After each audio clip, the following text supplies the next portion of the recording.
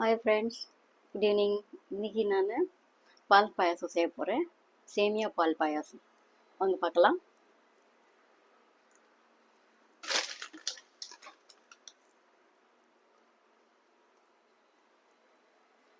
Stove பற்ற வச்சுட்டு pan வச்சுக்கலாம்.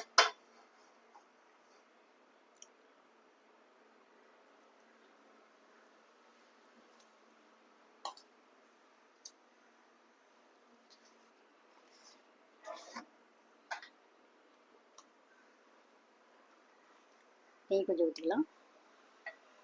ஒரு ஸ்பூன் நெய் ஊற்றிக்கலாம்.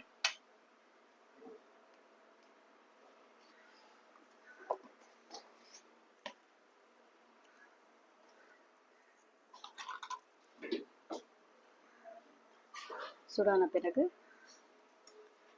நட்ஸு, முந்திரி, பாதாம் எல்லாம் போட்டு வறுத்துக்கலாம்.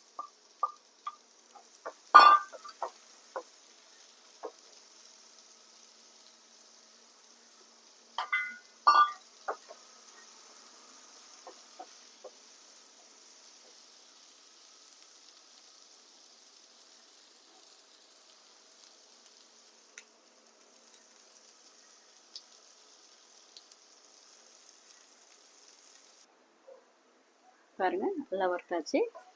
இது ஒரு பேனில் போட்டுக்கலாம்.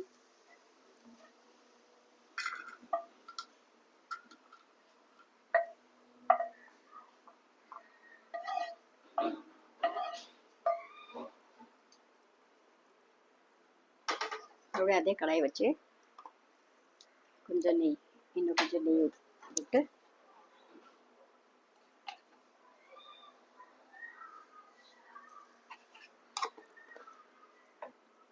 இந்த சேமியா வறுத்துக்கலாம்.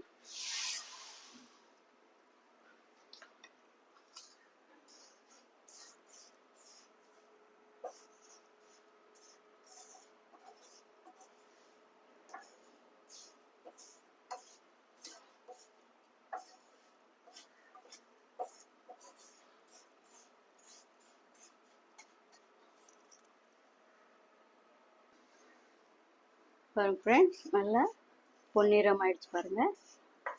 ரொம்ப வறுக்கக்கூடாது, ரொம்ப அப்புறம் அடி பிடிச்சிக்கும். அப்புறம்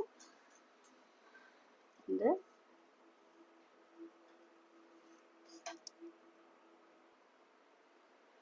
அப்புறம் சூடான பாலில் இந்த சேமியாவை இதில் போட்டுக்கலாம்.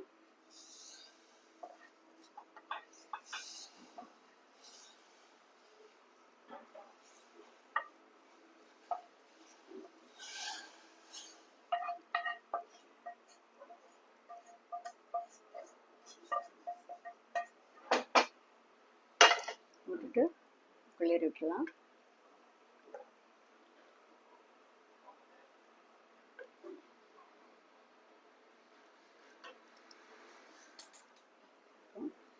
அடுப்பு பற்ற வச்சு பால் சேமியா வேகட்டும். எப்பவுமே வெந்த பிறகுதான் சர்க்கரை போடணும். முதலே சர்க்கரை போட்டிங்கன்னா அப்புறம் அது சீக்கிரம் வேகாது சேமியா.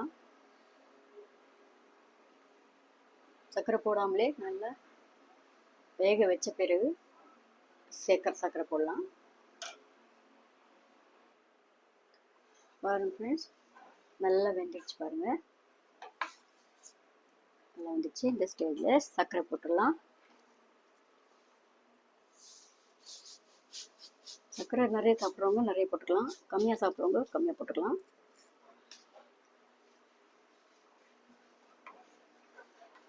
இது நல்லா கிளறிட்டுட்டே இருக்கணும், அப்போ தான் அந்த சர்க்கரை கரையும்.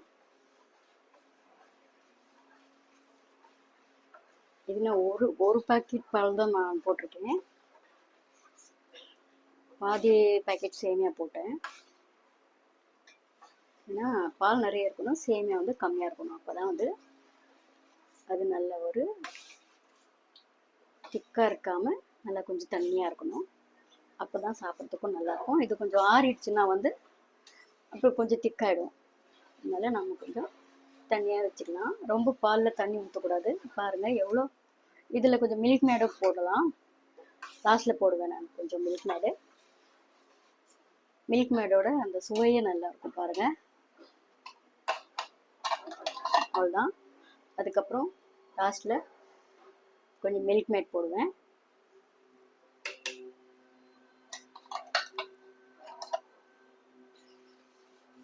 நல்லா சர்க்கரை கரைய வரைக்கும் நாங்கள் கொஞ்சம் கலரிட்டே இருக்கணும். சர்க்கரை கரைஞ்சாதான் அது ஸ்வீட் கிடைக்கும். பார்த்தீங்களா?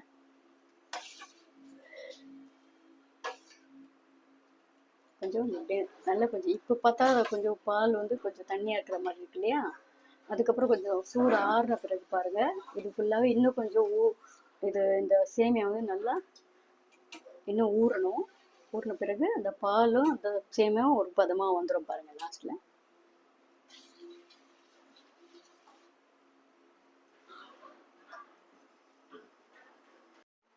பாருங்கள் ஃப்ரெண்ட்ஸ், பாயாசம் ரெடி ஆயிடுச்சு. மேலே அந்த வறுத்து வச்ச பாதாமும் முந்திரியும் சேர்த்து மேலே போட்டிருக்கேன். பாருங்கள், சூப்பரான பாயாசம் ரெடி. இதுக்கு மேலே கொஞ்சம் மில்க் மேட் போட்டு நீங்கள் பரிமாறலாம். குழந்தைங்களுக்கு செஞ்சு கொடுங்க. ஓகே ஃப்ரெண்ட்ஸ், இந்த வீடியோ பிடிச்சிருந்தா லைக் பண்ணுங்கள், சப்ஸ்கிரைப் பண்ணுங்கள். பாய் பாய்.